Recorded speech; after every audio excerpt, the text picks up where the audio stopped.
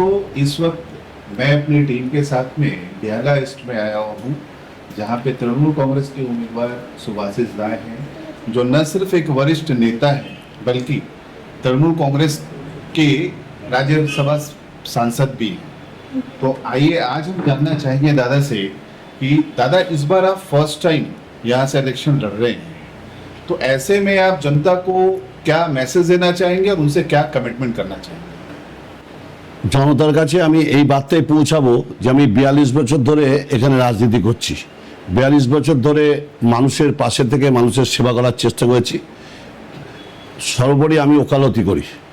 আমি বিনা পারিশ্রমিকে অনেক মানুষকে আইনের সহায়তা দিয়েছি।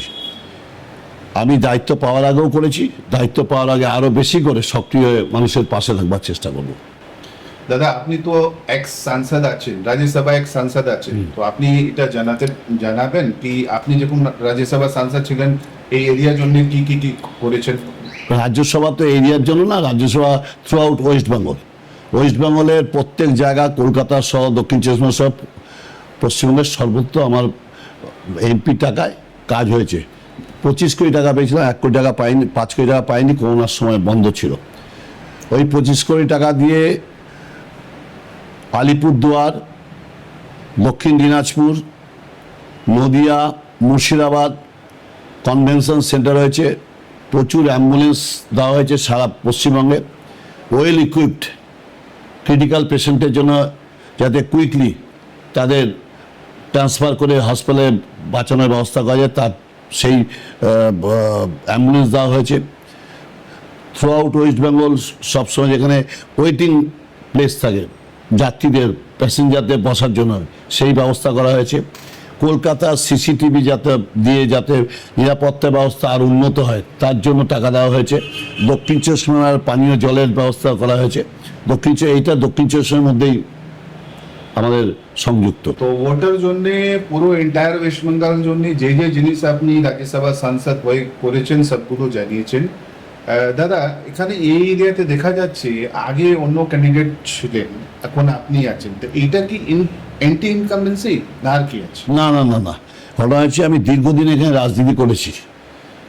সেই সংগঠন এবং সেবার জন্য ফলস্বরূপ আমাকে হয়তো মনে করেছে যে বেহালার ভূমিপুত্র, যে সান অফ দি সয়েল, সেই জন্য আমাকে মমতা ব্যানার্জি এখানে ক্যান্ডিডেট করেছে। दादा, यहाँ एरिया में जल जमाव, ट्रैफिक एक बहुत बड़ी प्रॉब्लम लोग सालों से देख रहे हैं, तो आप क्या कोई ऐसा टाइम फ्रेम बता सकते हैं कि आप चुन के आते हैं तो इतने टाइम के अंदर वो प्रॉब्लम सॉल्व हो जाएगा? হ্যাঁ, প্রবলেম তো সলভ করার জন্য সর্বভাবে চেষ্টা করব। এখানে যেটা জল জমাটটা সেটা অনেকটাই রিমুভ হয়েছে, যেটুকু বাকি আছে সেটুকু যাতে রিমুভ করা যায়, আরও বেশি ডেভেলপ করা যায় তার চেষ্টা করব। दादा, टीएमसी के ऊपर ये बीजेपी के द्वारा इल्जाम लगाया जा रहा है कि भ्रष्टाचार और कटमनी की पार्टी, वेयर इज टीएमसी का कहना है कि वो सेंट्रल एजेंसी को मिसयूज कर रही है, तो जनता करे तो क्या करे? आपकी पार्टी पे विश्वास करे, बीजेपी पे विश्वास करे, अल्टीमेटली जनता क्या करे? একটা কেন্দ্রের মসনদে একটা দলকে মানুষ অনেক আশা আকাঙ্ক্ষা নিয়ে নির্বাচিত করেছিল। স্বৈরাচারী, ভ্রষ্টাচারী, ব্যভিচারী, অত্যাচারী, গণতন্ত্র হত্যাকারী, সংবিধান লঙ্ঘনকারী, এতগুলো তাদের বিশ্লেষণ দেওয়া যায়। তারা মানুষকে যত প্রতিশ্রুতি দিয়েছিল সব মিথ্যার বেশিতে পরিণত হয়েছে।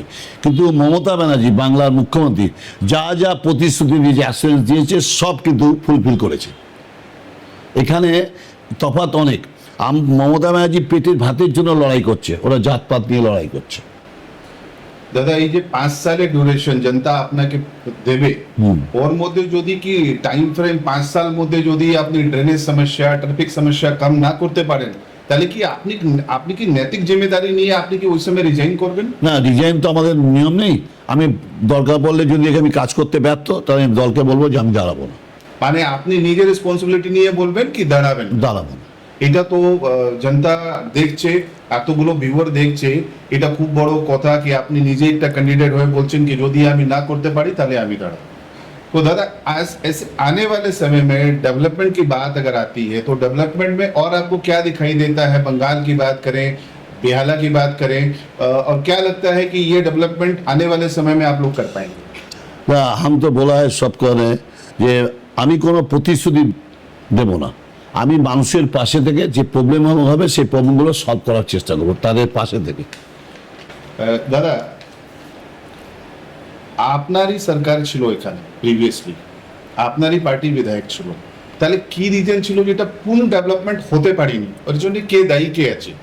না development up to the mark এখনো হয়নি হয়তো, কিন্তু ম্যাক্সিমাম প্লেসে সব ডেভেলপড হয়ে গেছে। দাদা, ওয়াদা या गारंटी जनता के अपनी की देवें? আমি ওয়াদা দেবো যে हम सबको लोग के पास रहेगा।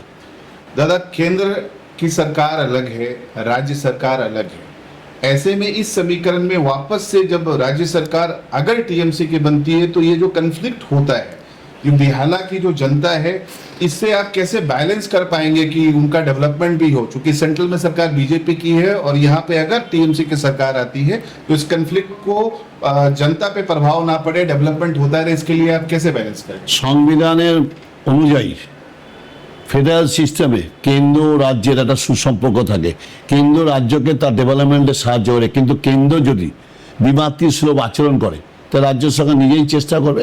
যেমন আমাদের 100 দিনের কাজে টাকা দেয়নি, in spite of verdict of Supreme Court, ওরা দেয়নি। আমাদের যে আবাস যোজনা যার মাধ্যমে মানুষের বাড়ির ব্যবস্থা করেছে সে টাকা দেয়নি, আমাদের মুখ্যমন্ত্রী মমতা ব্যানার্জি তার ফান্ড থেকে সেটা মিট আপ করেছে। তো দিদি তো বলছে 2 লাখ টাকা, 2 লাখ করোড় এখনো 2 লক্ষ কোটি, ইয়েস। তাহলে কিভাবে ডেভেলপমেন্ট হবে? হ্যাঁ, ডেভেলপমেন্ট আমরা আমাদের যেটুকু সাধ্যমতো আছে, যেটুকু আমাদের রাজস্ব আদায় তার থেকে আমরা খরচা করে ডেভেলপ করব। দাদা, একটা লাস্ট কোশ্চেন, কালকে যে ইলেকশন হলো, বিপুল ইলেকশন, বিজেপি বলছে দিস ইজ কল্ড পরিবর্তন, বিজেপি কে ফেভারে যাচ্ছে, আপনার দল বলছে আমার ফেভারে আসছে, আপনি কিভাবে দেখছেন? হ্যাঁ, মানুষ সবার আগে জীবন নিয়ে চিন্তা করে, সেই জীবনে আতঙ্কে ভুগছে এসআইআরের জন্য, যে আমার নাগরিকত্ব থাকবে কিনা, আমার ভোটাধিকার থাকবে কিনা। এরা যেভাবে সারা ভারতবর্ষে আতঙ্ক তৈরি করেছে, মানুষ বলেছে যে এদের যদি আসে ক্ষমতায় তাহলে আমরা বেঁচে থাকতে পারবো না, তাই সবাই টিএমসিকে ভোট দিয়েছে। আপনার এরিয়াতে কি এসআইআর নিয়ে আপনি কি ভাবছেন? এত লোক, হাজার হাজার লোক বাতিল হচ্ছে। হ্যাঁ, তাদের বলেছি আমাদের ক্ষমা করুন, আমরা চেষ্টা করেছি আপনাদের জন্য। আমরা প্রথমে এসআইআর এর মাধ্যমে সবাইকে ডোমিসাইল সার্টিফিকেট বা যারা যারা যে পেতে বাধ্য, যাদের অধিকার আছে তাদের সবার ব্যবস্থা করেছি ভোটে নাম তোলার জন্য। তারপরেও আমরা 6 নম্বর ফর্ম ফিল আপ করে চেষ্টা করেছি, তারপরেও আমরা ট্রাইব্যুনালে গেছি। আমরা we time hour level best to assist them to caste there vote. অনেক অনেক ধন্যবাদ সুভাষিস দা আপনাকে।